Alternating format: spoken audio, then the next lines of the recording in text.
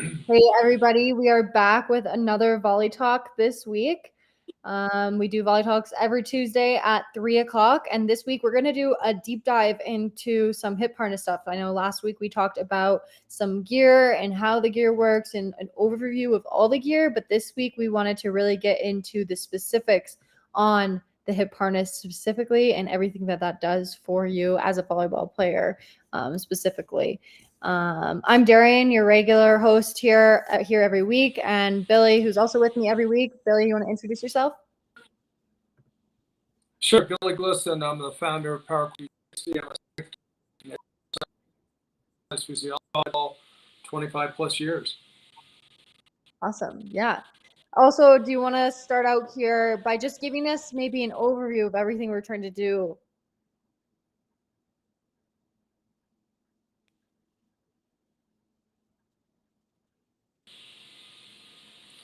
Hey, Darian, my connection's not good. It keeps telling me I'm losing. I don't know what's up. How's it on your end? Yeah, I keep you're in and out on me as well. Let me see if I can look at your connection. It says 8 out of 10. Any comments? How's Billy's connection? Yeah, I think. Okay, do you want to start with the overview, and then if you pause again, we might have to pause and figure out. Yep.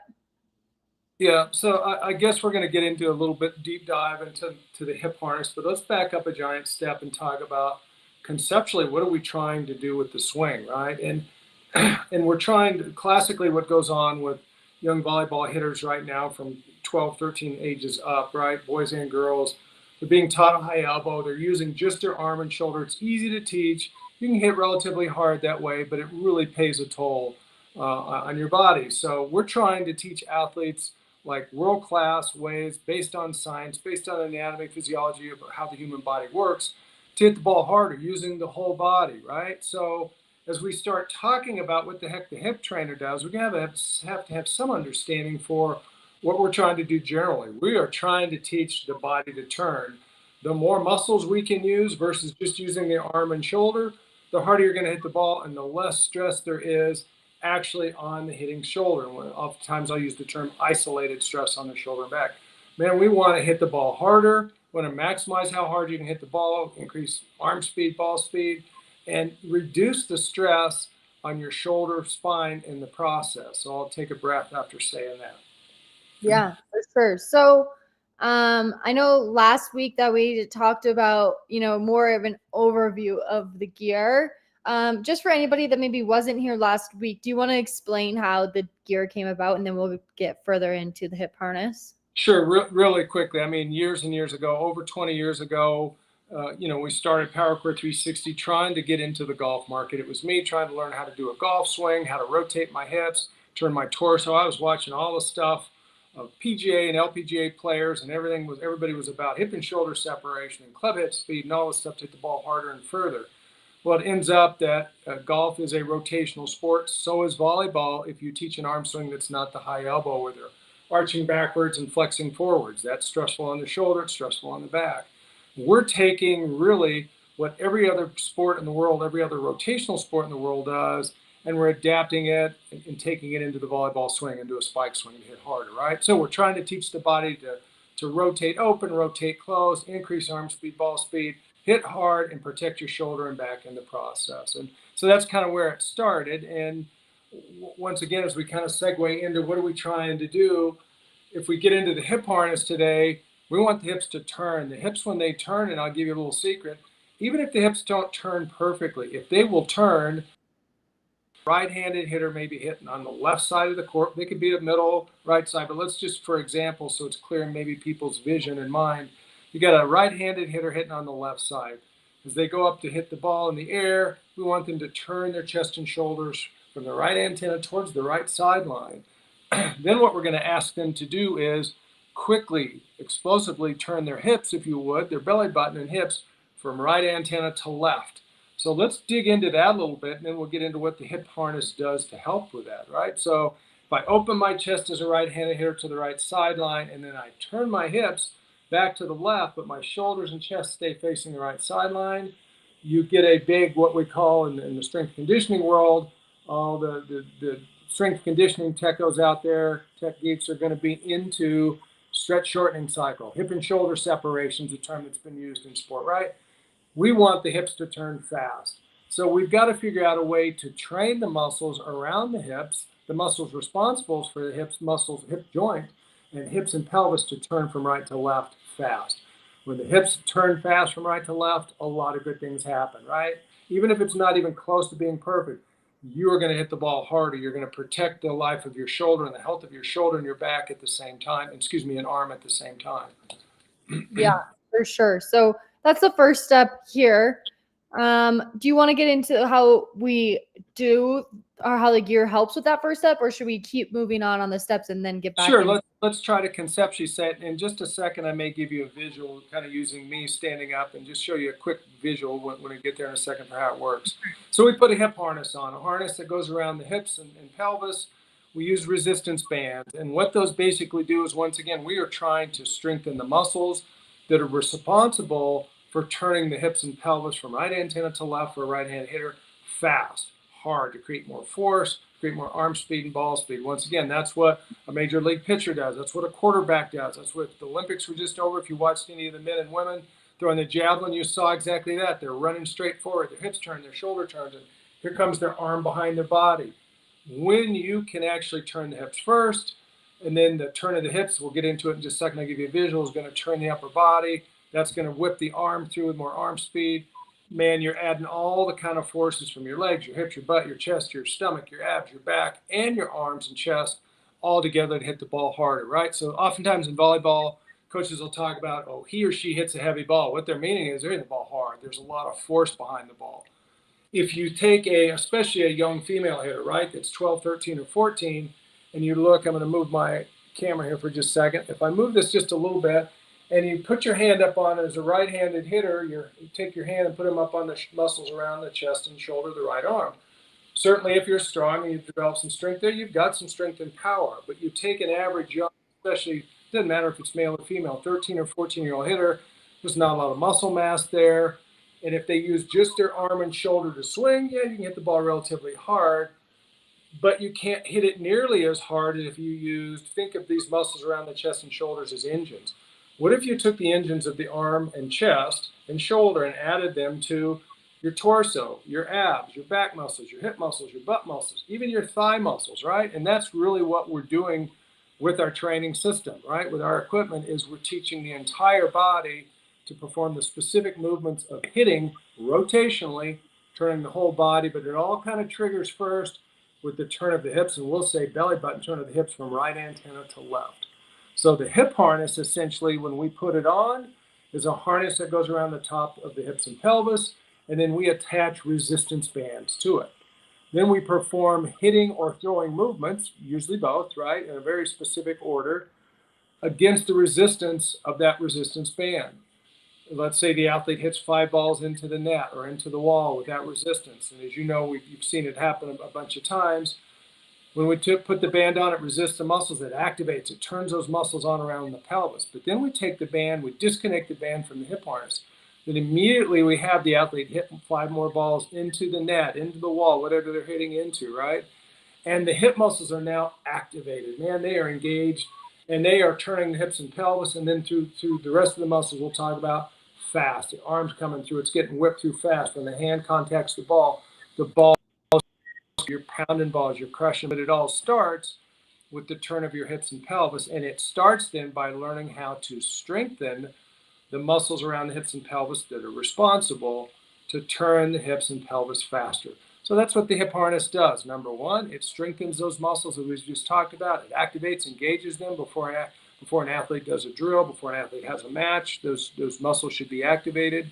And then guess what? As a strength conditioning coach, this is real rocket science. If you train it 3 times per week, right, train the muscles around the hips and pelvis that are responsible to turn the pelvis with more force and faster, guess what? The athlete's going to get faster. And week by week, their hips will turn faster, and their arm and ball speed is going to improve as well along with it. So big, deep breath here. Let's take a breath after that one. For sure. That was a lot of good information. We have a few comments just asking questions. Sure. This is about volleyball specifically today we're talking about, but some of the questions were, can this be applied to any sport, and what sports aren't rotational? So like, Billy, you can talk to this. You've worked with a lot of other sports in the past. I know this is kind of a sideways gear, but want to just touch on that quick? Sure. So let's define what a rotational sport is in the way we use it. A rotational sport, like even if I do this with my arm, my shoulder's actually rotating, but it's rotating in what we call the sagittal plane. That's an anatomical or kinesiological term that means it's rotating. But the rotation we're talking about is in what we call the transverse plane. It's like this. So I'm turning from right to left. You'll notice my shoulders are turning from right to left. If I stand just a second, my hips and pelvis are turning now from right to left. That's what we call the transverse plane. And so if you think of, once again, a baseball pitcher, professional baseball pitcher, and they're throwing overhead, they are stepping, but then their hips and shoulders turn from right to left, and then their arm comes through, kind of depending on the slot they throw at, it comes through. That's a rotational sport movement. Hitting a tennis serve or a smash overhead, same thing, very similar. Hips turn, chest and shoulders turn. The arm gets whipped through by the forces developed by the rotation of the hips, shoulders, core, and body, right? What else? Javelin we talked about. Hammer throws if you were watching the Olympics. Discus, shot put, right? All of those, typically with most of the techniques used these days, are rotational movements, right? The body is turning or rotating, right? So when we take volleyball hitters, that's what we're teaching, is we want them to learn to be rotational spikers or hitters, right? Because once again, we can use all the power from the legs, the hips, the turn of the body, the whole body, to hit the ball harder and protect the shoulder and protect the back in the process. Because we're using all the forces. For all you science geeks out there, here's the term you can go Google when we get done and validate what I'm talking about. Go look up summation of forces. Summation of forces. In other words, add the forces together that your legs give you, the hips, butt muscles, core, abs, chest, arm, shoulder, back, all those added together is what we teach. You're going to hit the ball a lot harder. You're going to use a lot less effort. And because it's not all isolated stress on your shoulder's not the one doing all the work. The whole body is.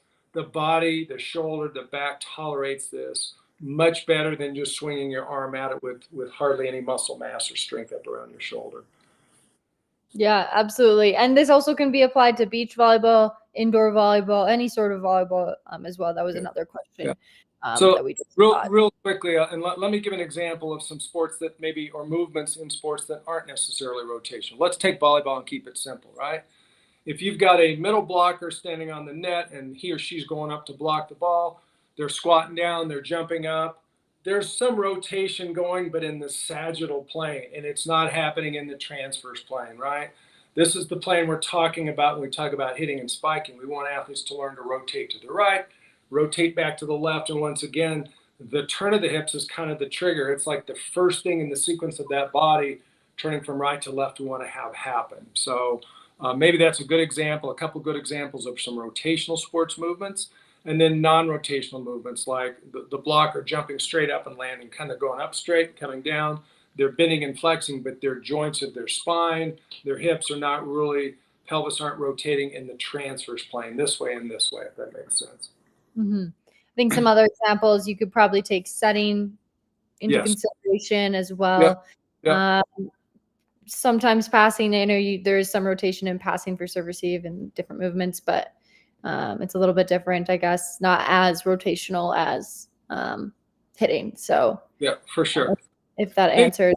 Think of typically just overhand throwing or hitting movements. You see a tennis player smashing the ball, serving the ball, squash, whatever, baseball, pitching, quarterback, football, all those sports we named, all those mentioned, or all those things in the throwing activities in track and field are all very much rotational movements.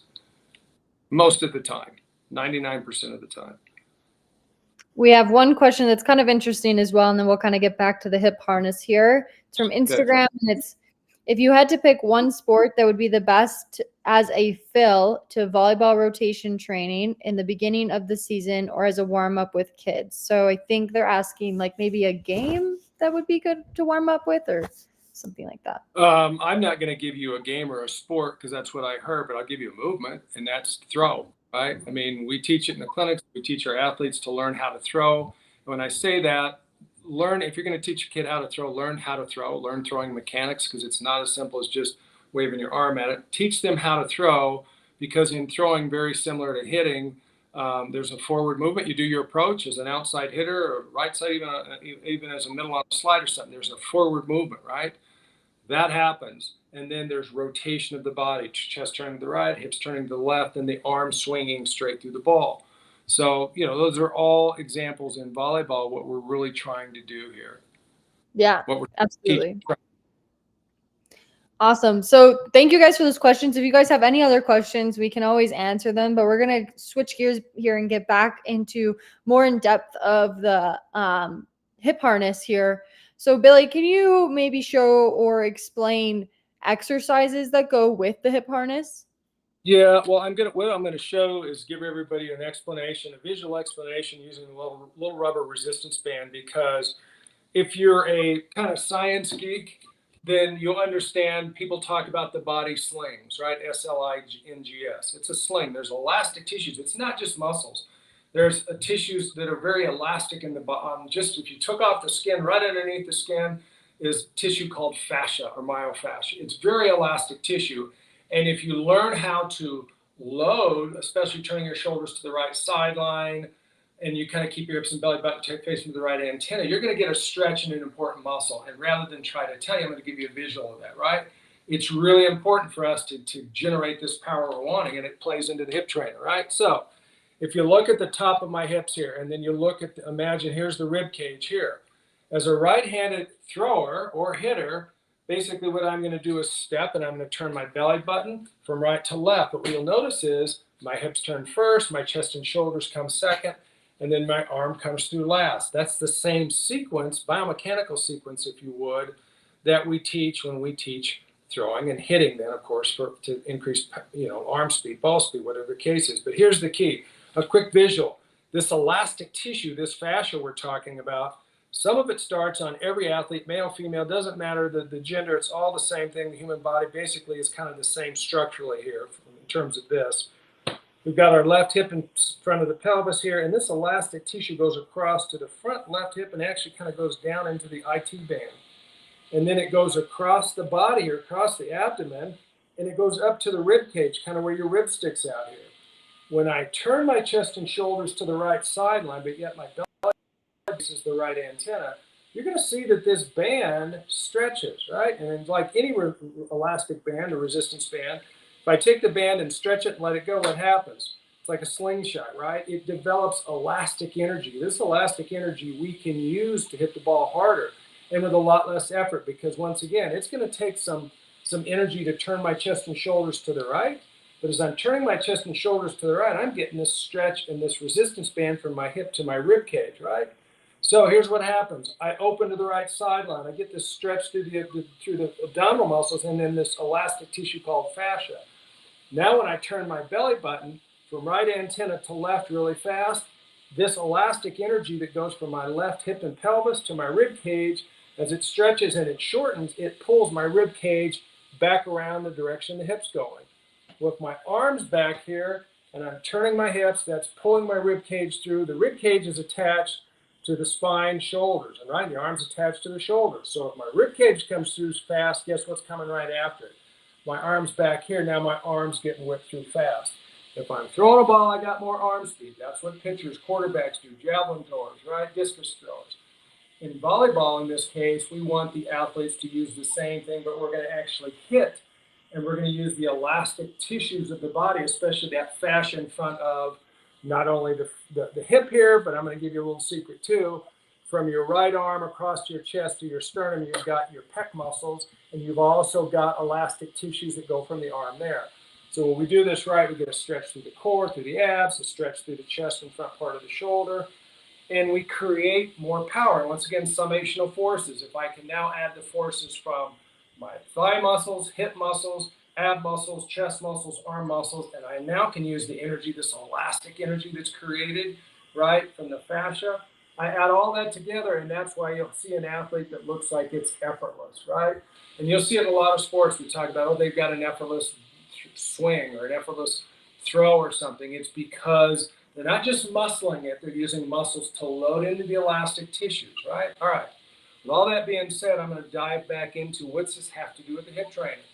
If I put a hip trainer on, and I've got a hip trainer on, and I'm now strengthening the muscles to turn my pelvis faster, the faster my pelvis turns away from the rib cage here, the more stretch I get in this elastic tissue. And the muscles here, boy, we're really going to go on a deep dive geek-wise here, right? This stretch shortening cycle, you can look it up in Google, it's called myotatic reflex, is going to make these muscles from my core and abdominal muscles pull pull my rib cage through faster.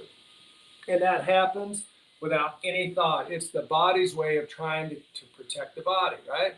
If you train that, then basically train the muscles around the hips to turn the hips faster. That's what the hip harness does. The faster the hips turn, the stronger, more powerful those muscles turn. The faster the hip's going to turn away, the more load and stretch we're going to get on the abdominal muscles. Now, the abdominal muscles are going to fire on their own, pull the rib cage through, and guess what? Man, here comes the arm, and you're going to crush balls, right? And you're going to crush balls, and like it's effortless because you're using all these muscles, all this elastic tissue, versus just like trying to swing your arm, your fly swatter at it because you've only got a little bit of muscle size, a little bit of strength here. Long term, let's mention the injury prevention side. If we get the body turning and we start it by getting the hips turning fast, right? Guess what? Not only are we hitting harder, but we're spreading the forces off the shoulder and we're spreading them across the chest, the torso, the legs, the hips, the butt, the pelvis, right? We're going to hit harder. We're going to protect our shoulder, our back, a lot of different body parts from pain and injury. Yeah, that was a lot. So if you guys have any questions on that, make sure you ask so we can go back and answer any of them. But Billy, from all of that, can you give us what maybe would be the most important key takeaway if somebody left this stream? What would be the most important key takeaway that they take away from that? I'm going to give you three. I'm going to sum it down to three. Turn your whole body when you swing. Okay? Yep. Turn your hips fast.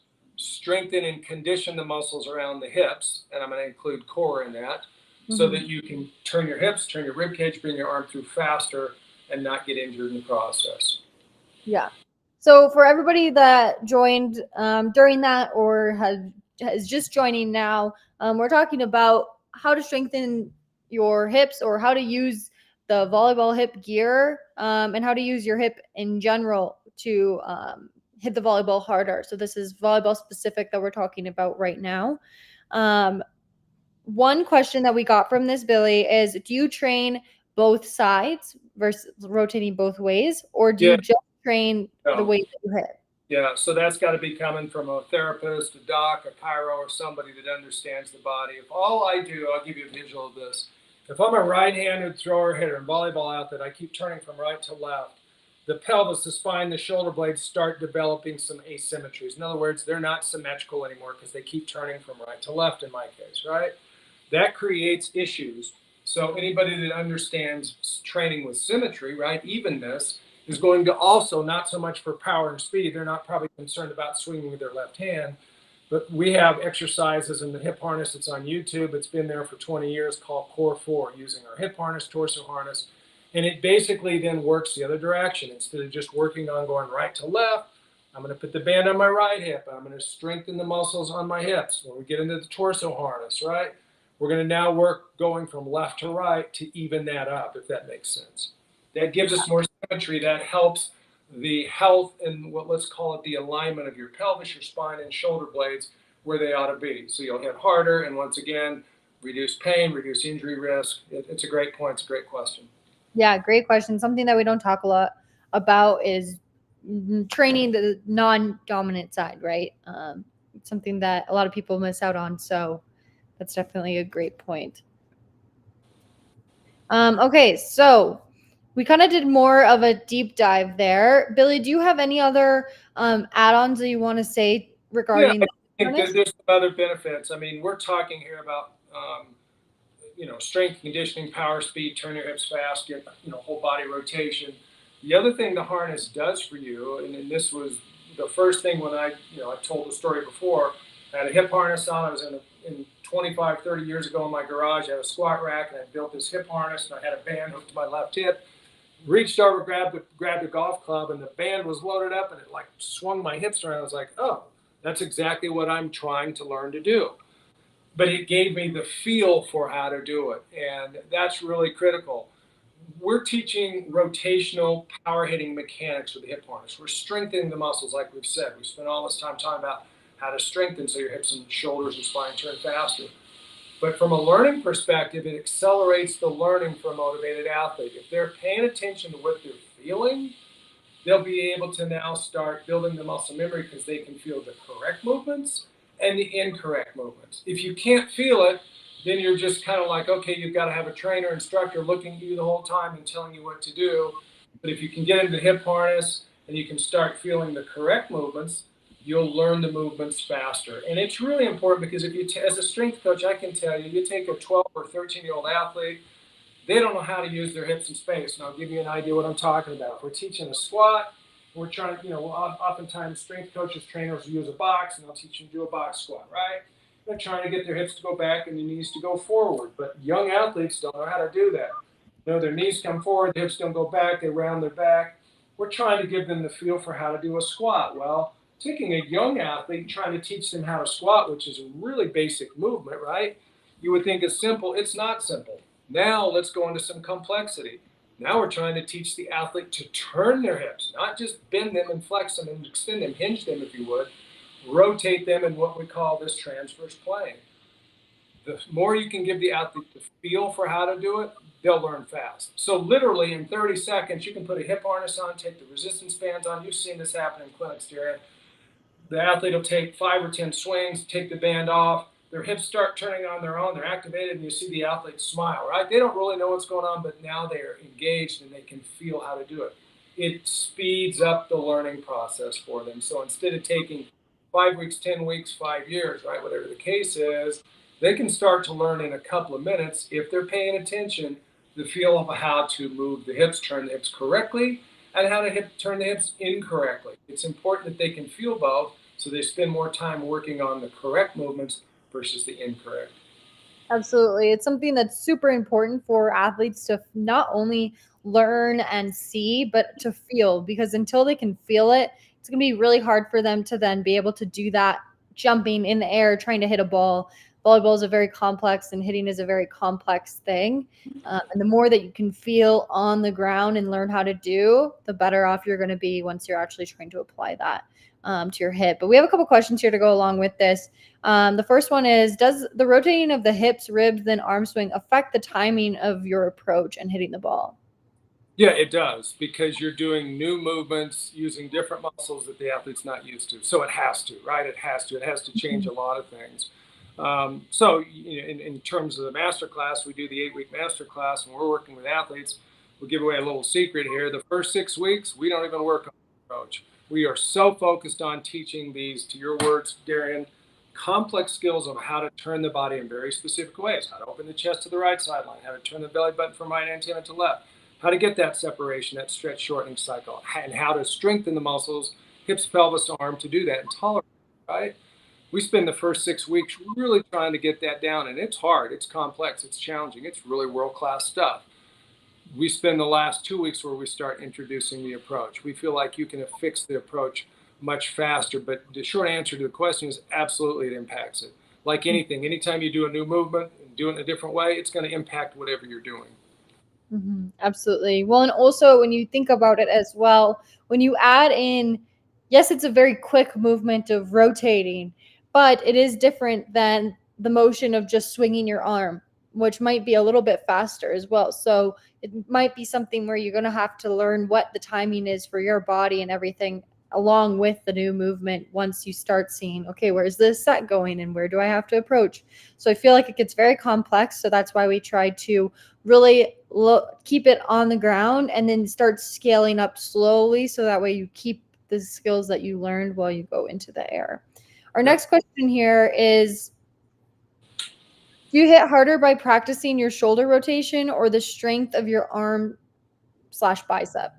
Yeah, biceps not really a big contributor to what the movements we're trying to create here for rotational hitting or throwing for spiking or power. Biceps involved, but not very much. The rotational muscles around the hips, the pelvis, the spine, the core, the chest, the front part of the chest, internal rotators, right? Those muscles have more to do with creating the rotation and the specific movements of the arm to develop arm speed and the specific movements we want to teach, the mechanics we want to teach, right? So it's not just strength. You can go in strength, you can go develop strength in any muscle, right? We don't spend a lot of time really training specific muscles. That tends to be, as a strength coach, I would tell you that's more like a bodybuilding routine, right? So you go in the gym, you're going to work, back and tries and buys and, whatever today. And you're focused on muscles, right? Maybe how you look in the mirror. We're not really very focused on that. We're trying to load a lot of different muscles and the elastic tissues, the fascia, to make those rotational movements happen and in a sequence. So we don't get very specific or worry that much about what specific muscles. I mean, we could talk about it, but we just don't focus. We're looking for whole body rotation. Yeah, it's really complex. Yeah, we want it to happen in specific ways, but we're not, I don't ever really remember going to an athlete, especially a 13 or 14-year-old, and saying, hey, we're going to work really more on your internal oblique on your left side, more on your external oblique on your right side, or whatever it is.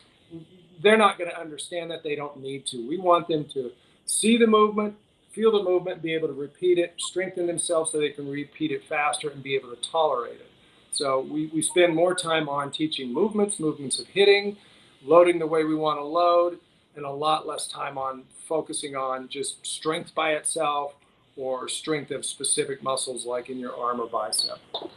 Yeah, absolutely. We got a comment on Instagram. I love the way you're explaining. Now my kids might understand me talking. Thank you for being That's a here. loaded question. I don't know what mom or dad's background is, but yeah. And I mean, honestly, here's how you teach a young athlete. Stop talking to them. You know this from us training our clinic coaches. Stop talking and start moving them. They will learn immediately if you know how to teach the movement. If you use a bunch of words, especially technical words, they're going to be lost in 3 milliseconds and they're not going to hear a word you say. So move them, stop talking, start moving them, and know how to move the correct movements. They'll learn really quickly with it.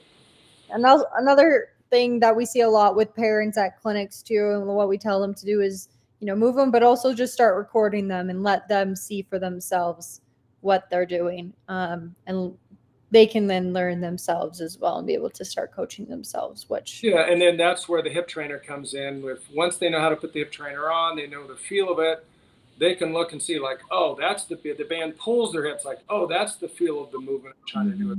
That's right. So that accelerates the movement. Absolutely. Learning. The next question we have here is, how do you train hip movement for somebody who has a really stiff hip? Like if they have tight hip. Yeah, I mean, you've got to address the hips first. If someone has back pain, and most of the back pain we see in young hitters, especially 13, 14-year-old female hitters, is because typically they're arching their back and then they're flexing. They're arching back, extending back, and then bending forwards. And they bend at the same spot in their spine over and over and over. So that spot it hurts, it gets inflamed, and it can create fractures. If you go back far enough, you can get pars fractures in your bones, the facet joints back in your spine. That's from arching and bending forward. Restate the question for me, because I'm losing track of thought. Stiff hips. You got stiff hips. Okay, so yes, back issues oftentimes with young athletes because flexion extension pattern. Teach them how to rotate. You'll address some of that. Young athletes oftentimes don't have that stiff hips, especially if we're talking about 13 or 14-year-old female hips. They're not tight. Now, if you get an older athlete, they might.